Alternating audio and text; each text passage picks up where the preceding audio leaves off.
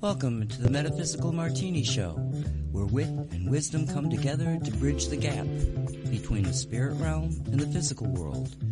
With Ani Avedissian, the Suburban Shaman, a production of Cosmic Reality Radio.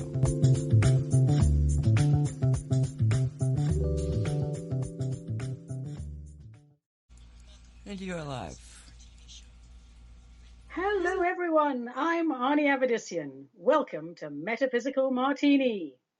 3 parts spirit, 1 part rational mind, add 2 drops of optimism. Give it all a good hard shake and pour.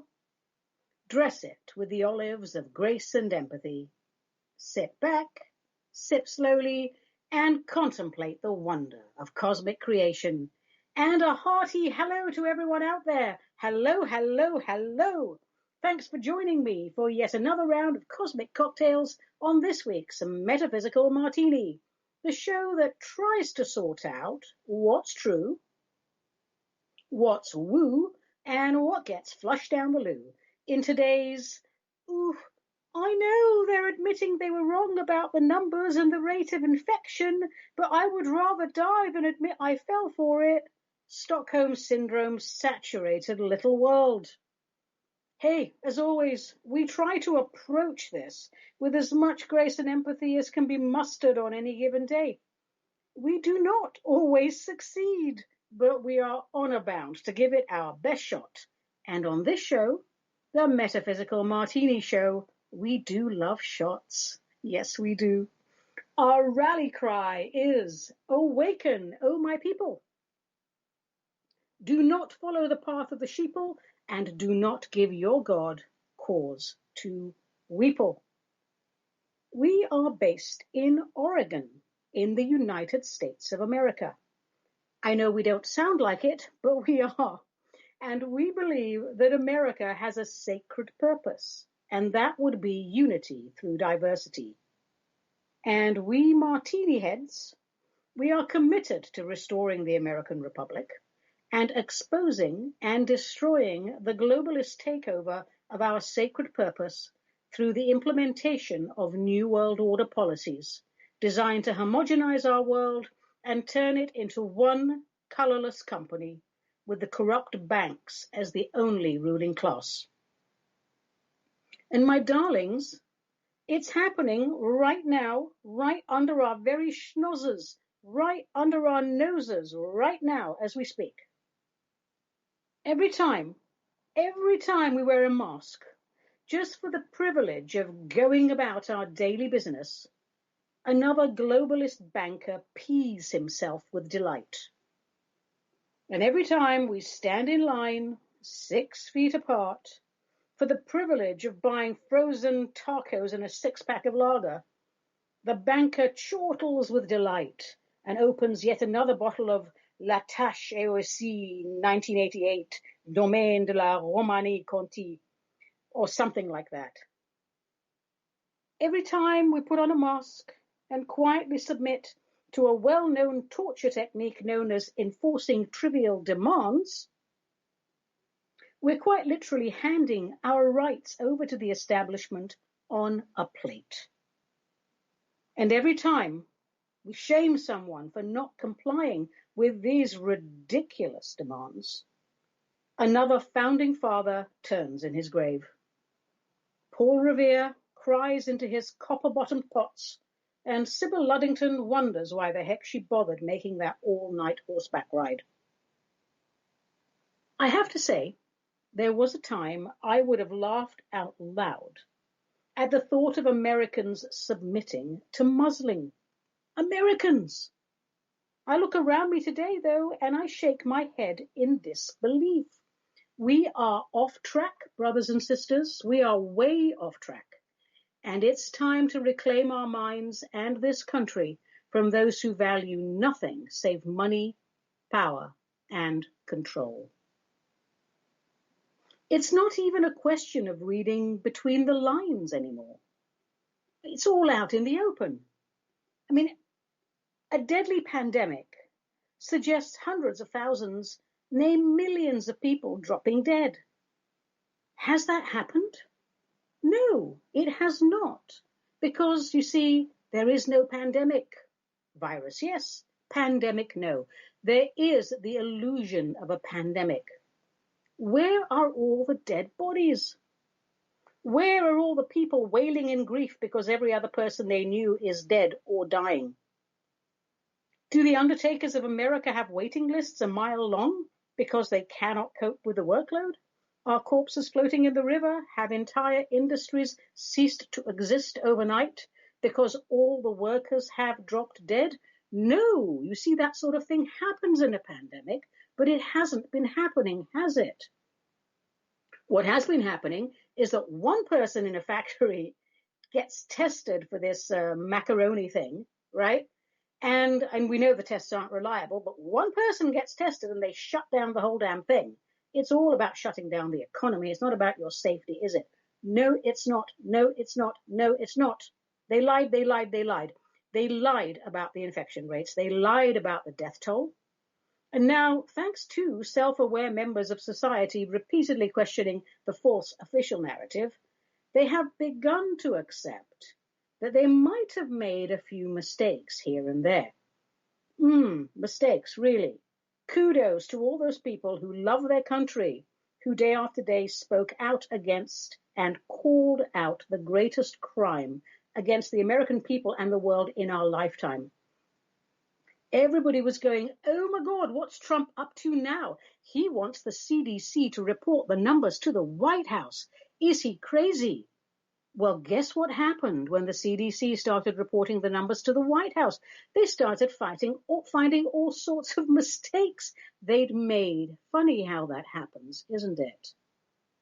Those of you who still hate Trump more than you like America, again, I urge you to take a look at the bigger picture. You might change your mind.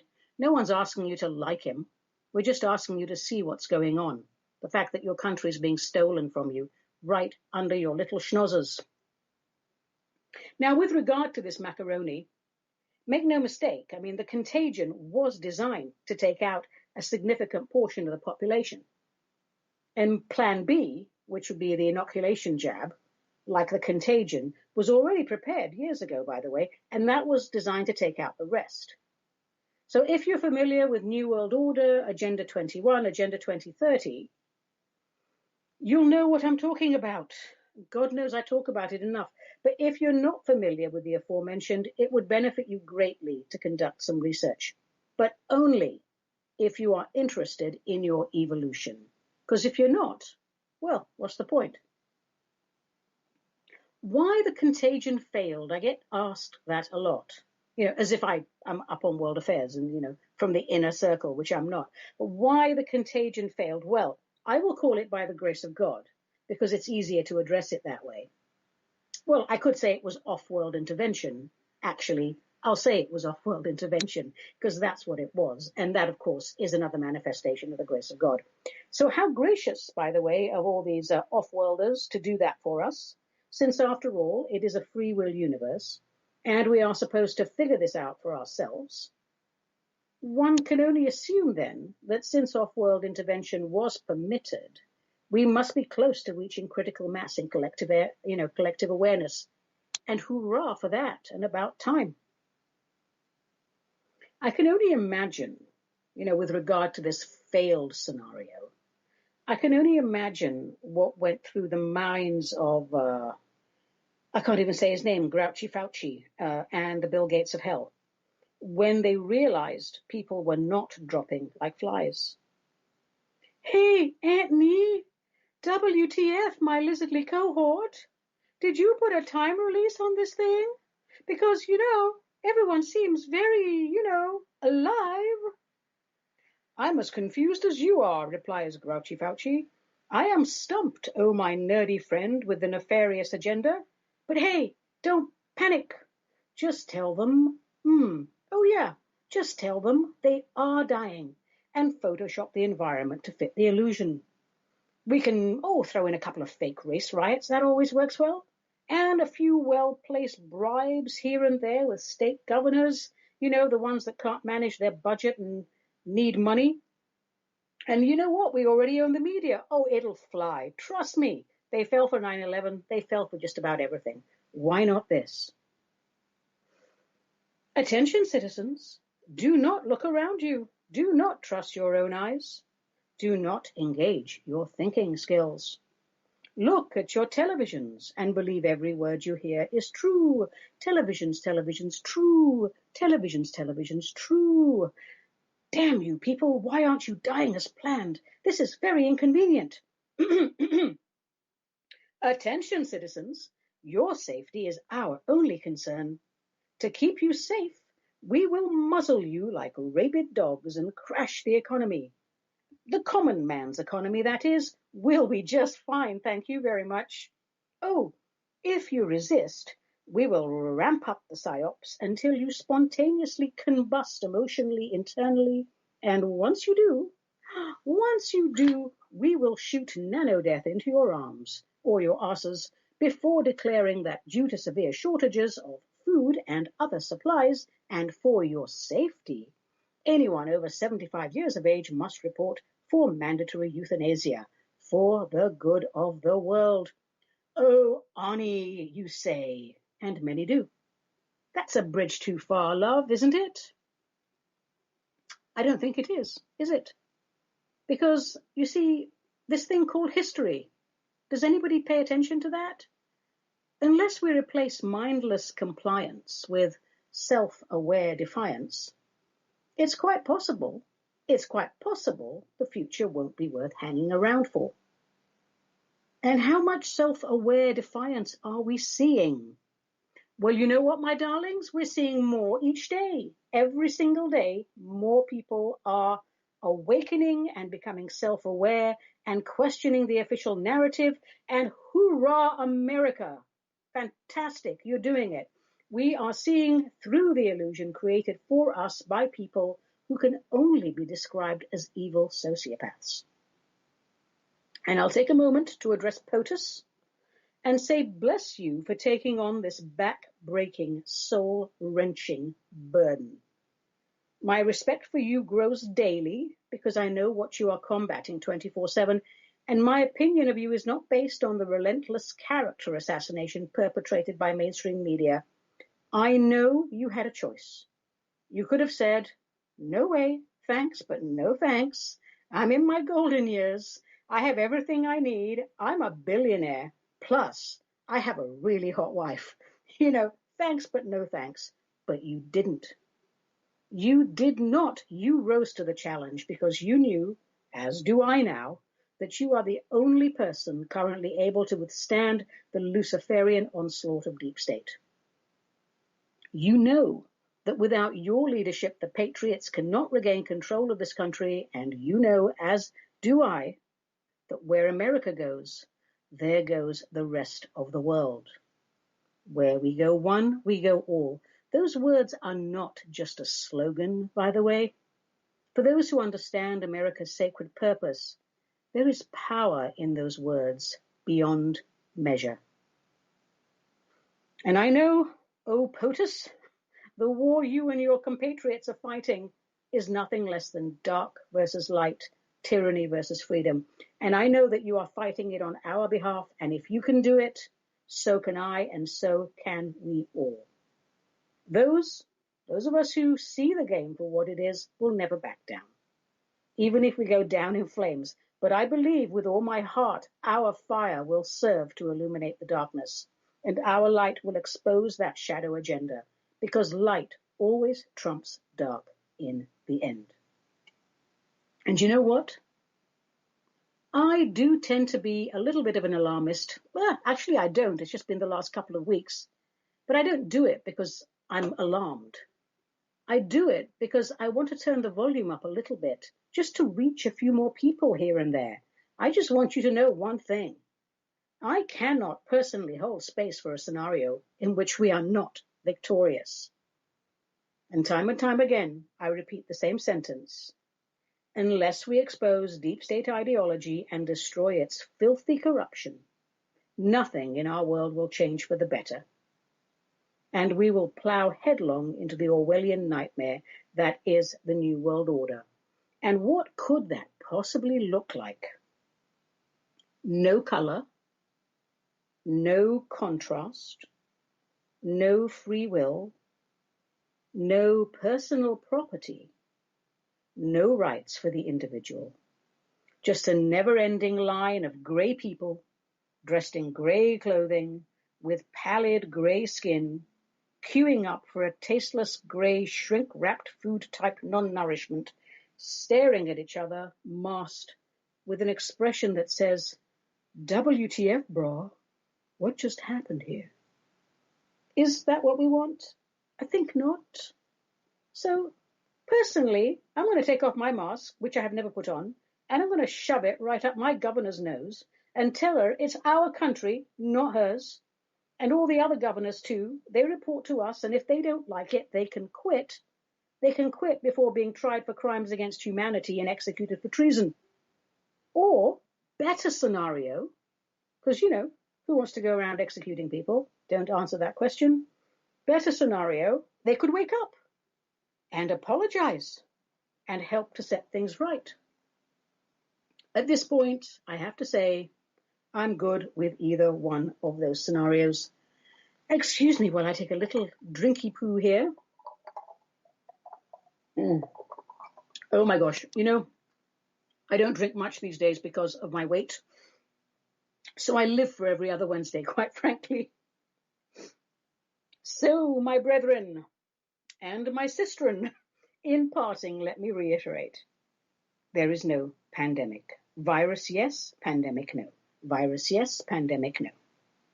The mask is a psyops torture and control mechanism, and all it would take to expose the establishment's filthy plan and take them down is for us as a nation to realize this and to refuse en masse to comply. What government, what organization anyway can protect you from contagions floating about in the air? Not even the ones they created can they protect you from. And they can create multiple strains each week. Do we intend to spend the rest of our lives masking up, social distancing, and making the world a smaller place with each passing day? I mean, really, do we? America? World? There's a question for you there. Okay, so I think maybe it's time to move on to a different... No, it's not. I'm not done. I'm not done. I'm not done pontificating yet. It's not time for a different section.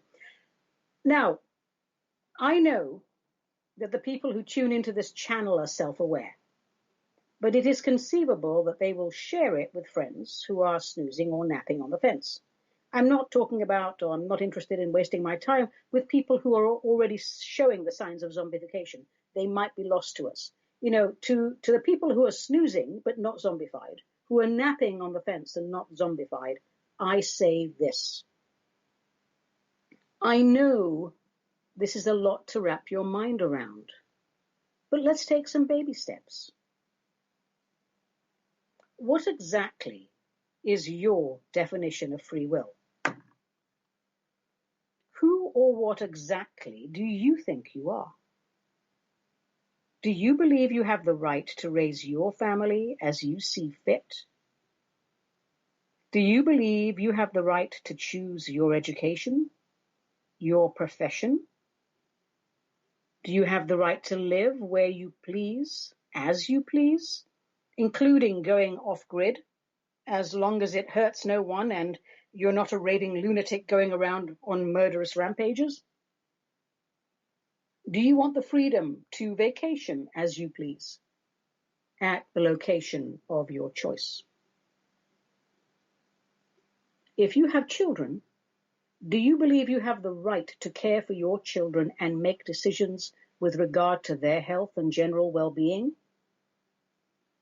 How would you feel if the state broke into your home and kidnapped your children, took them away, and forced them to submit to forced inoculations or chemotherapy or any other protocol you had already deemed unnecessary and or dangerous?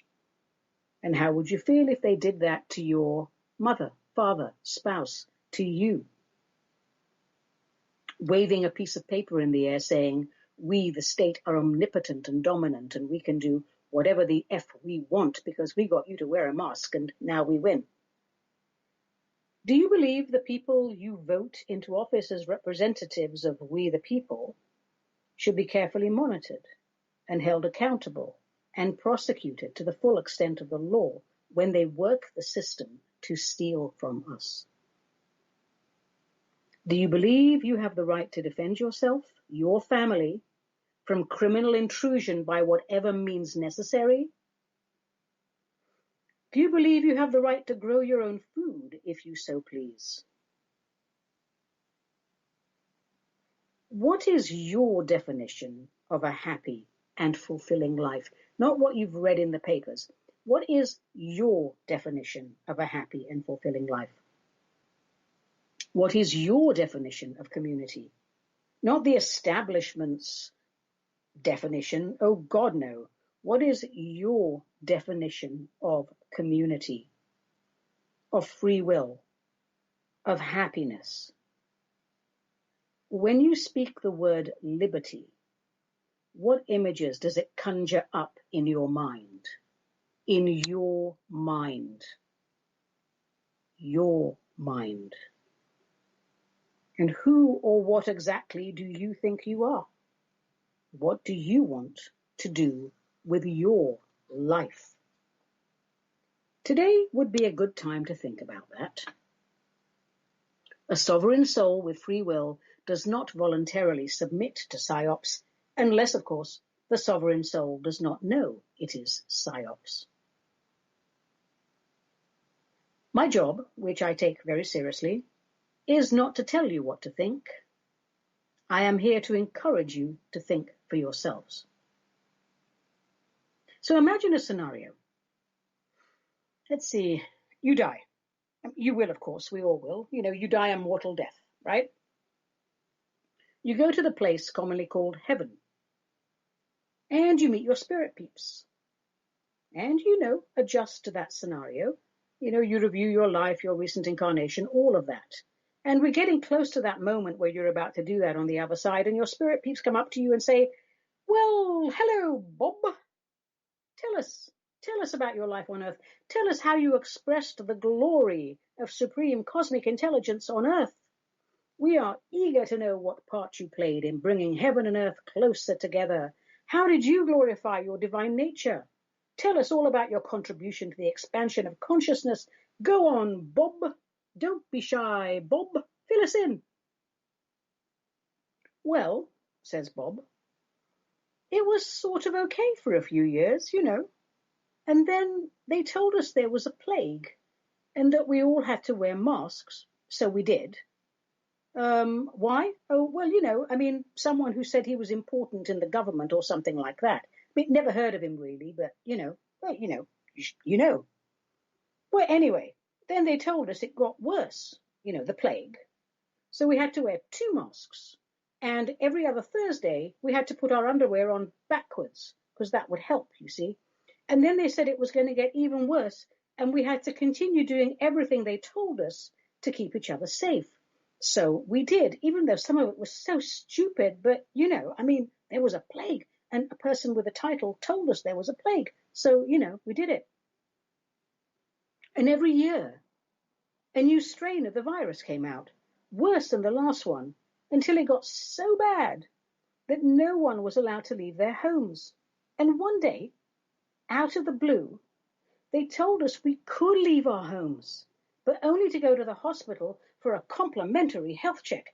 And, wow, we thought, well, that's great because, well, in America, healthcare, it's expensive.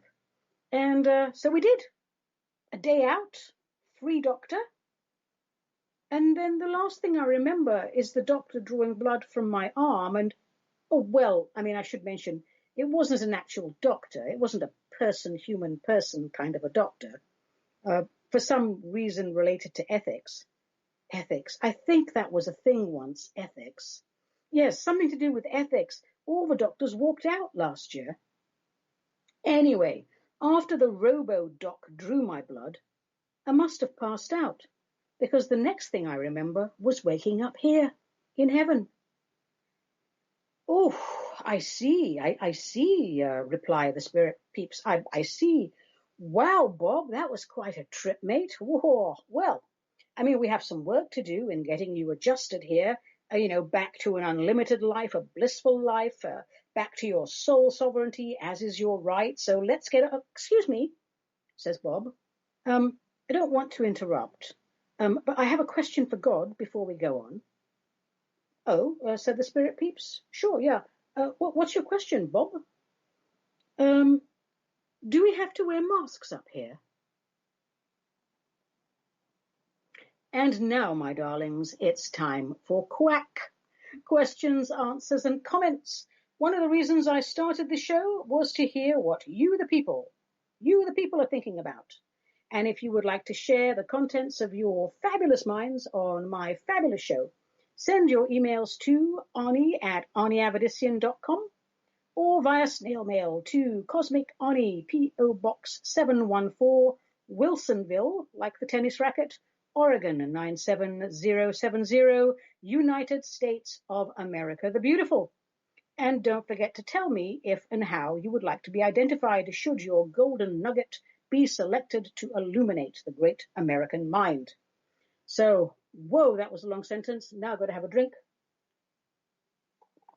Lovely, lovely drinky poo. Okay, what's in the fishbowl?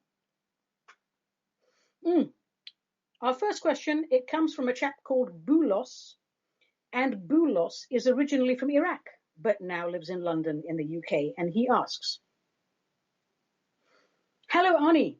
My question is about prayer. I am a Christian from an ancient Catholic sect. I am faithful. I have never doubted the existence of God. I wonder sometimes why my prayers are not answered. I know I cannot seek to understand the workings of the great mind of God, but I must admit to being discouraged and feeling humiliated when he ignores me. I know this is wrong thinking, but it is how I feel. I want to ask him why my prayers are not answered, but since he did not answer them, I wonder if it will be disrespectful to ask him why. Ooh, hello, Boulos.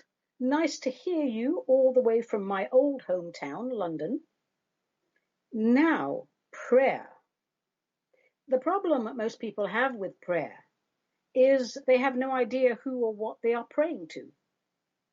Whatever we choose to call God or source, it is greater than the sum total of its parts, and all its parts, and that will be all creation, came from it. There is nothing that did not come from God's source. Therefore, everything is a manifestation of God. Every being is an experience God is having. Boulos, it helps if you remember this. You are an intrinsic part of God. Your physical identity and experience, that's God in motion. So God is not out there waiting for us to find it. It is inside us. The only part of us that is real is the God part. Everything else is an experience, a story, a space adventure. We are the awareness of God on a journey of creation, and therefore, well, I think it helps if you think there's no such thing as outer awareness. There is only inner awareness. Consciousness is the sum total of our inner awareness. So when we pray knowing this, we pray as equals to our God, not as miserable sinners. Religion, for the most part, has done a good job of eroding people's self-worth. And this is something we have to identify and correct. Because if your prayers are not answered, usually it's because you're not praying from a vibration of worthiness. We don't beseech a greater remote deity for a favor. This is not what God had in mind at the onset of physical creation. If this is too much of a stretch for you, I'm not saying it is, but if it is, start by accepting this and meditating on this, okay? God adores its creation, and it is God's pleasure to share all the glories of all its kingdoms with its progeny. The divine did not create worlds for people to experience continual suffering.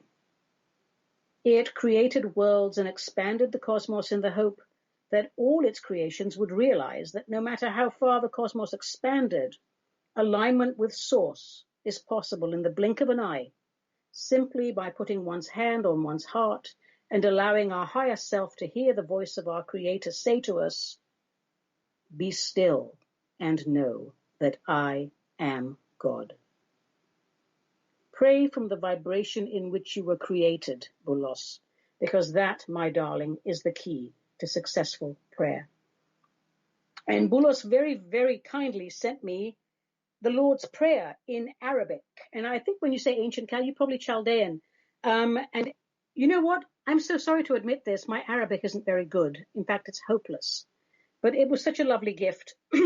I think just let me share the Armenian version of the Lord's Prayer with you, Bulos, as a thank you.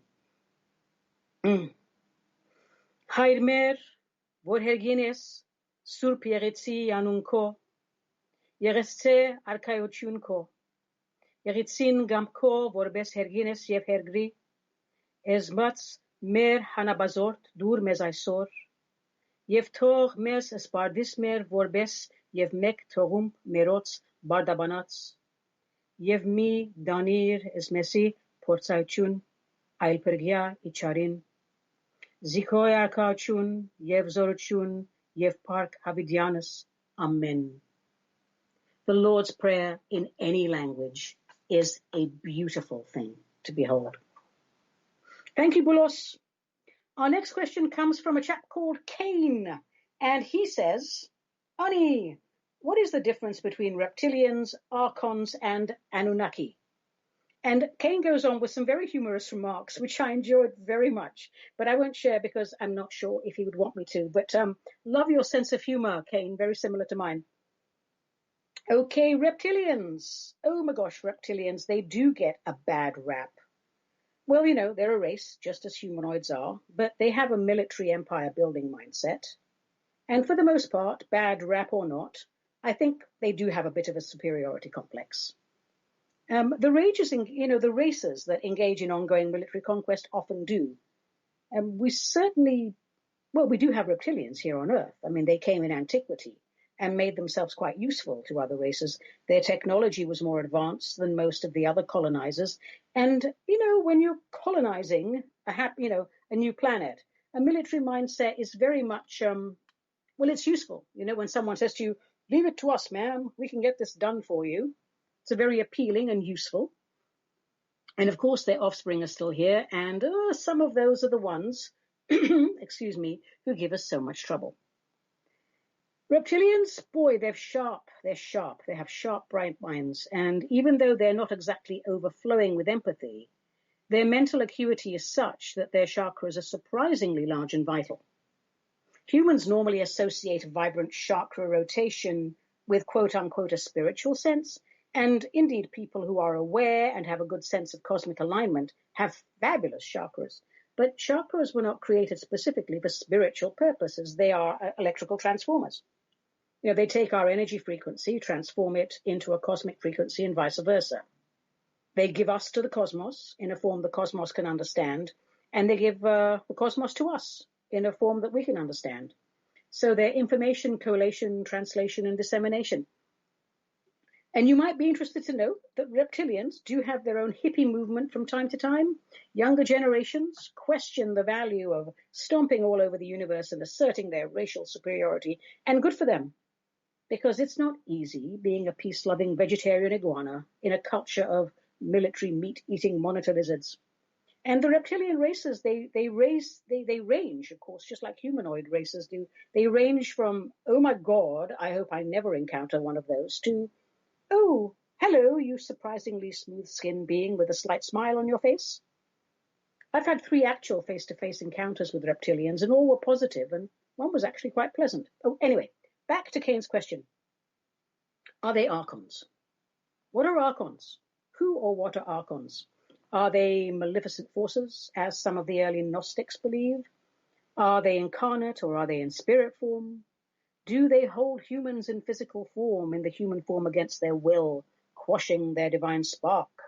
Do they act as prison wardens for a deity intent on forming the material world according to its will? And are they preventing humans from experiencing their divinity? Is their main objective to keep humans ignorant of their divine origins beyond the physical universe? Because that sounds very mean and nasty. And of course it is. But, I think sometimes we overcomplicate things. If we start to get into the discussion of the philosophy of all things archon, demiurges, jinns, and so forth, those discussions will go on for weeks. I think it helps if we think of archons in general as the personification of any force that would seek to keep the knowledge of our true nature and cosmic nature from us. Then, if we think of it that way, we will see that archons are an ideology, much like deep state. It may have started out with a group of draconians or humans in wood-paneled rooms, sipping very expensive distilled beverages, planning the future of whichever world they bought the franchise to. It may have, in fact, it did start out that way, but what we're dealing now is their legacy, their deeply rooted ideology. It's in much the same way we talk about Luciferians today. People immediately have this image of a giant red brute with horns, with subservient smaller beings cowering at its feet. And worship of Lucifer, the fallen archangel, does go on in high places. I assure you, I'm sorry to say, I assure you 100% that it does. But Lucifer's legacy, or the Archon's legacy, if you will, was to create worlds focused entirely on the material, severing all notion of ties to our true divine form. That's really what Luciferianism is. So when we think of it that way, anyone, any race or organization, human or reptilian or other, promoting or glorifying only the material aspect of life was birthed in Archon darkness. And in today's world, the media has, thus far, controlled all minds and given emphasis to fear, rage, and desire, corrupting honest and principled ways of doing business, creating need where there is none, and attaching undue importance to acquiring things. As for the Anunnaki, I had a canary called Anunnaki once, and she was lovely. Anyway, again, as we discuss these concepts, we are mixing storytelling with myth and ancient history with philosophy, and with the Anunnaki, we're back to stories of people from other planets, probably reptilians, coming to Earth to enslave Earthlings, Sumerians in this case, make them dig for gold or perform other tasks and hand over their raw resources. And there's nothing to prove that this did not happen. Much is missing from our recorded history. And I have no doubt peeps from other planets came here, posed as gods, ravished the land, and probably a few women and a few boys to boot, before legging it back to their homeworld. So some returned and decided to leave a contingent behind who later quietly, covertly, enslaved all mankind and plunged them back into darkness. Again, it sounds just like deep state ideology. All mythology starts with a few grains of truth. So yeah, I suggest reading everything you're drawn to read from as many differing points of view as possible. And most probably you will come to the same conclusion as I did. We may never be able to sort out who did what to whom, but we most certainly have to find a way to deal with their legacy. So let's not get caught up too much in the details of things we really just can't prove unless we find ourselves in the Hall of Records. Thanks, Kane. Good question, and glad we were able to include it. All right, here's an email that came in today, and it's from Omit Personal Details. All right, this one says, while I understand the manipulation, I read Matthew's messages and follow the psychic LJ on YouTube, what is to stop them, the establishment, trying again with another macaroni, or just dumping deadly chemicals all over us, or tainting a commonly used medicine, or blah, blah, blah? I saw a video last week about how they plan to unleash a stronger version of macaroni. If they depopulate the planet and make a grab for power, we can't do anything about it, can we? The more we resist, the more they push back. It seems they have all the power, so what would it take to stop them carrying out their vision? I think I'm going to answer the last portion first. What would it take to stop them? Well, it's to take the power out of their hands. Power is energy. We empower people when we comply, when we knowing we are being played, submit to their demands.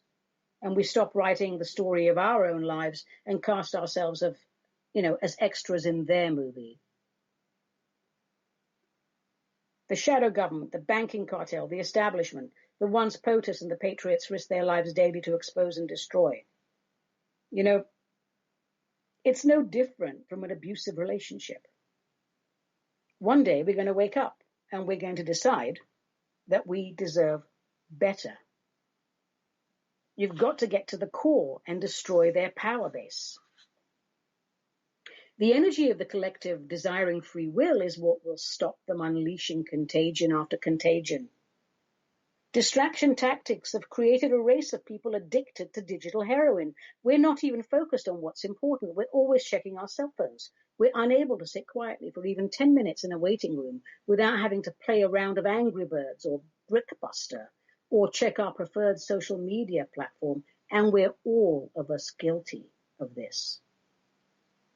Of not taking an interest in our children's curriculum until it was too late. Not challenging being nickel and dimed into bankruptcy by an ever-growing list of tax on everything, from income tax to sales tax to utilities to God knows what. And every time we stand down instead of addressing what we know is wrong and unjust, we give evil more rope with which to tether us, drag us, and eventually hang us. Now, dear anonymous person, I agree with you. At this precise moment, sitting here in my little office in Wilsonville, Oregon, there is nothing to prevent an all-out attack. And I agree with you. The more we resist, the more they will push back and assert dominance until the abused decide they no longer care to be abused. And at that time, the scales tip. Let us not forget, they currently have the world held hostage by an illusion. We expose the illusion, call it out, and the illusion shatters. That's why they've had to admit they falsified. They didn't say falsified, they said we made a mistake. That's why they had to admit they falsified the numbers, because we questioned as relentlessly as they pushed. And then this leads to more snoozers waking up, which leads to more citizen pushback, to more awareness, and so forth. And as for their vision, yes, they have a vision. I have a vision. I see Gates, Fauci, and Hillary under fire from judicial artillery. I see United Nations, the World Health Organization, the Clinton Foundation, Bilderberg, Council of Foreign Trade, exposed, dismantled, and disgraced. If we as a people could just step away from partisan affiliations and wrap our minds around the bigger picture, that would be a good thing. It would serve the betterment of mankind. And what else are we here for if not that? It is your choice to give up if that's what you want. But you're going to be so disappointed when you get to the other side and you figure out that you chose to be born at a magnificent time in Earth's history where you had a chance to partake of an amazing great awakening and all you did was sleep. It's your right, of course. But you'll be so pissed off with yourself if you give up. Don't give up. Regroup. Time for a drinky poo. Thank you for that letter. I know a lot of people feel that way, so I appreciate you sending that in. Oh, that is just lovely. Okay, here's another email that came in a couple of days ago. Hey, Ani. I live not too far from you in Portland. Did you know that federal troops have moved into the downtown area and are randomly picking people off the streets, putting them in unmarked cars and taking them away? What's your take on that? Doesn't this go against your libertarian principles? Why haven't you spoken against it on social media? You speak about just about everything else. Well, hey to you too. And you know what? I did know that. Okay, I don't know what you're looking at or whatever, but they're not randomly picking people off the streets. They're targeting domestic terrorists. They are dealing with paid thugs who should have been dealt with locally. But since the governor walked through the Bill Gates of hell and took his money and is complicit in the greatest fraud perpetrated against the American people and should be tried for crimes against humanity instead of placing her treasonous ass on a public servant's chair, those who have retained our sanity are happy to have these paid thugs removed. And that, my darlings, was probably the longest sentence I have ever created. I can understand why you might think this is going on in Portland. You are in Portland, you say, but there are so many differing accounts and so many different videos. Some people say, oh, it's hell on wheels. Other people say, no, it's peaceful protests. I will tell you what is going on there from people I know who are there, who are recording it day after day. It's thuggery. I can understand why you might think of me as a libertarian, but I don't think I am. I post a lot of libertarian stuff. I agree with the libertarian principles, but I'm not a libertarian. I'm an Avedissian. And as for social media, I do what I need to, and then I step away. It's not a forum for debate. I think of social media as more of a highway with Burma shave signs. Oh, look, Rosine, ain't that interesting? What are you talking about, Jedediah? That gal's cornbread ain't done in the middle. They're not picking off people randomly. These are federal troops defending federal property and doing what the state should have done, the state of Oregon. But it didn't do it, did it? Because it walked through the Bill Gates of hell.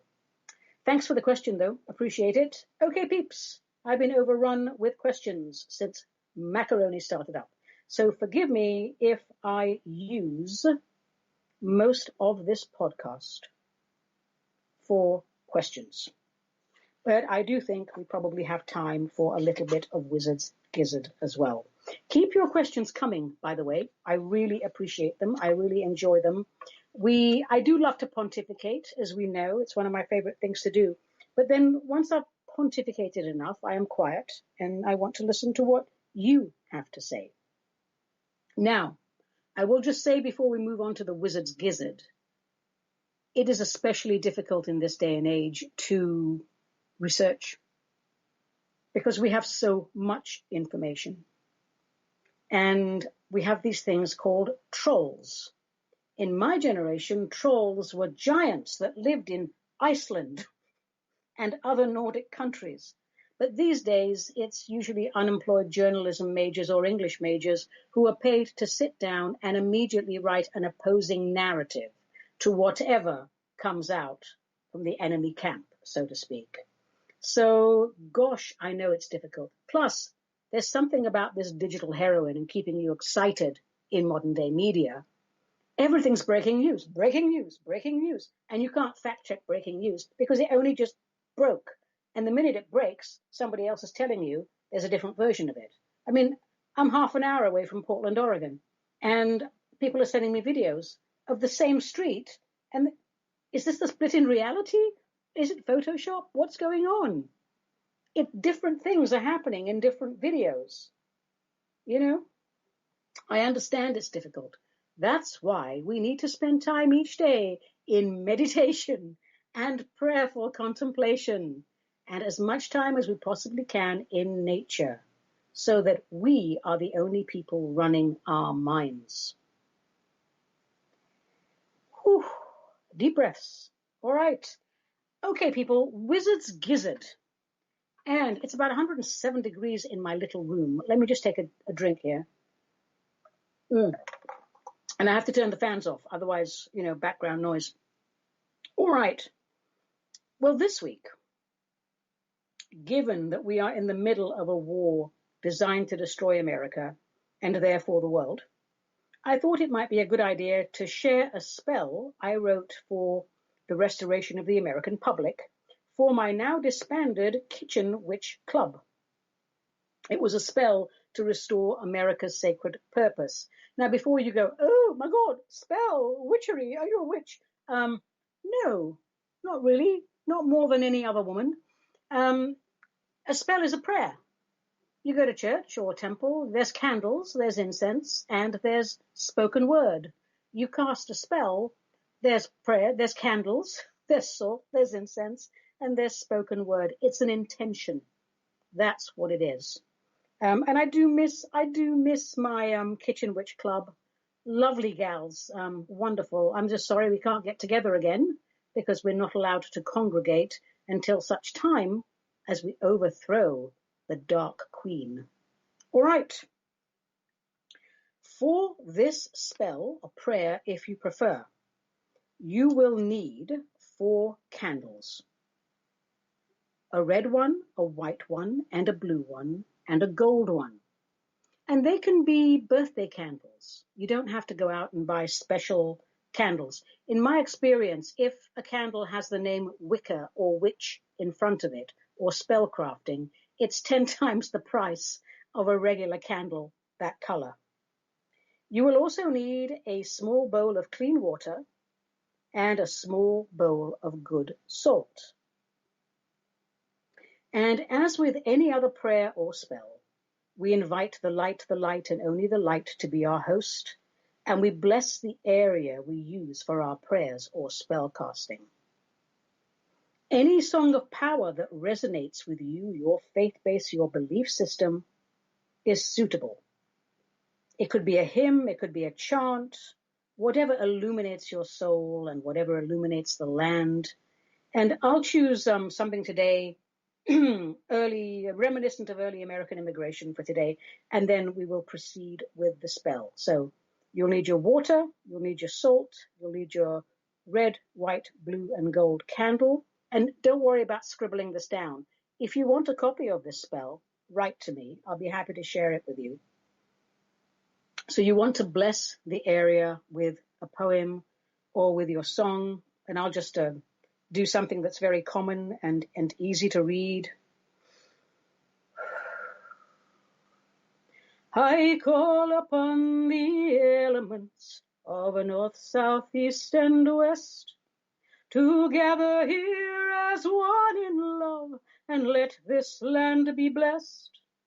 And I call upon the golden light of the cosmic one divine.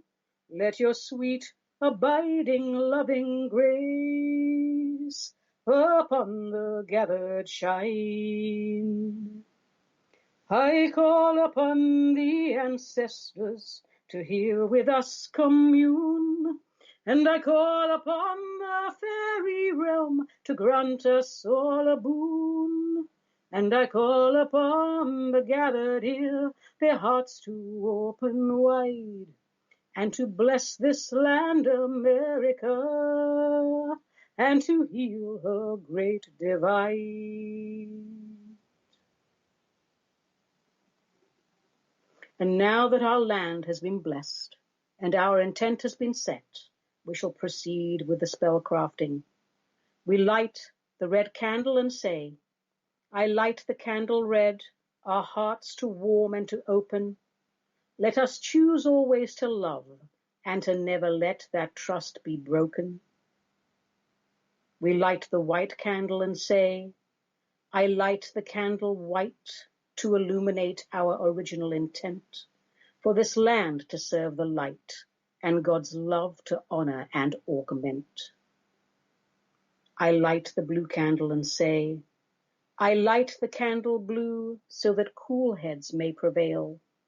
Let us bid the past adieu and allow old grievances to set sail. And in the glow of these 3 candles we say, this land was chosen by the light to be the great equalizer, where all who suffered persecution could come, take refuge, and for as long as it harmed no one, to live, to work, to worship as they willed. This land was chosen to bring all cultures together, to learn how contrast complements itself when all who suffer come together to heal. In this sacred moment, let us share our love with all those who perished when the great plan was destroyed, by those who know only greed, and by those who hunger for conflict and saw this beautiful and blessed land as nothing more than an opportunity to plunder resources. To the native tribes who were murdered in their millions, may the light illuminate your souls and honor your bloodlines. May your ancient wisdom be preserved throughout all realms, in all directions, and through all dimensions. To the tribes of other countries brought here against their will to work and die in unholy conditions, may the light illuminate your souls and honor your bloodlines. May your ancient wisdom be preserved throughout all realms, in all directions, and through all dimensions. To those who came to this land of their own free will, risking life and limb to make a better life for themselves, their families, and for future generations, may the light illuminate your souls and honor your bloodlines. May your ancient wisdom be preserved throughout all realms, in all directions, and through all dimensions. And may the inevitable merging of all now American bloodlines enhance and enrich our human experience. To those who plundered this land and its people for their own, and to those who continue to do so even to this day, may the light educate you in the error of your ways, and remove you from the disease of fear and lack and arrogance that drives men to commit atrocities. And to all and any who shed their blood upon this land or for this land, may the light rest and illuminate your souls and align you all with your highest good. And to those who live here today, know that this is a sacred land, designated for a sacred purpose. You chose to be here at this time, and I therefore charge you to play your part in restoring America to grace. And now we take the golden candle and we light it next to the others. And we say, I light the candle golden to watch over the red, the white, and the blue. Let our hearts now be emboldened, and this land restored to its purpose true. God bless America. God bless our world. God bless our Mother Earth. It is done.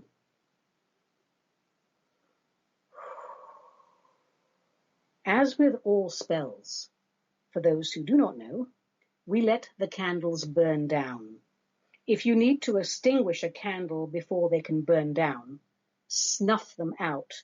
In spellcraft, one never blows the candle out, as it is thought it will blow away the magic. Well, my darlings, I actually got through that without a tear in my eye, which really doesn't happen. I happen to believe in America's sacred purpose. That's why I'm here. And I think it's time now for all of us, instead of tearing down statues of the founding fathers and getting the wrong ones torn down half the time, by the way, such is our history curriculum in schools today, instead of buying into this globalist agenda of making people ashamed to be Americans, let's remember why this country was founded. And let's restore America's original intent for the good of this planet and all people on it. Whoa. Well, my darlings, what a light-hearted show we had today. And I'm going to have to say we're getting very close to our time. So I think I'm going to say, that's it for today. I finished my drink. Oh, wait, I haven't. Wait, there's more. Hold on. Don't go away. Oh, my gosh, that is so good. Now I finished my drink. I'm trying very hard not to burp. And that means the end of the show. And I hope you enjoyed listening to it as much as I enjoyed recording it, because I had a blast. I always do. Today's real-life martini was not a martini, but it was a two-part shooter. A large shot of perfectly chilled Bedlam vodka from Durham, North Carolina. It's made from rice, and it's different, but in a good way. A client of mine who lives in Leeds, Alabama, graciously gifted me this bottle, and I would like to pick up a few more bottles, so I'm going to be writing to the people at Bedlam, because this is just a fantastic vodka. I'm not sure how to describe it, so I may have to keep drinking it for a while until the words come to me. Anyway, I'm going to be featuring more cocktails with this vodka, and the bottle is really cool too, by the way. Anyway, a classic two-parter, which means a shot of cold vodka and a nicely chilled stubby of Oregon's own session lager from Full Sail Brewing. My favorite lager, easy to drink, and the bottle is so cute. It is short and fat and sassy, just like me. Now, remember, folks, cocktails are great if they are an occasional treat. If you use top quality ingredients and take the art of mixology seriously, one drink, or maybe two, is all you need. I'm Ani Avedissian. This was Metaphysical Martini, a production of Cosmic Reality Radio, to whom we are most grateful. Until we meet again, let the spirit inhabit the human.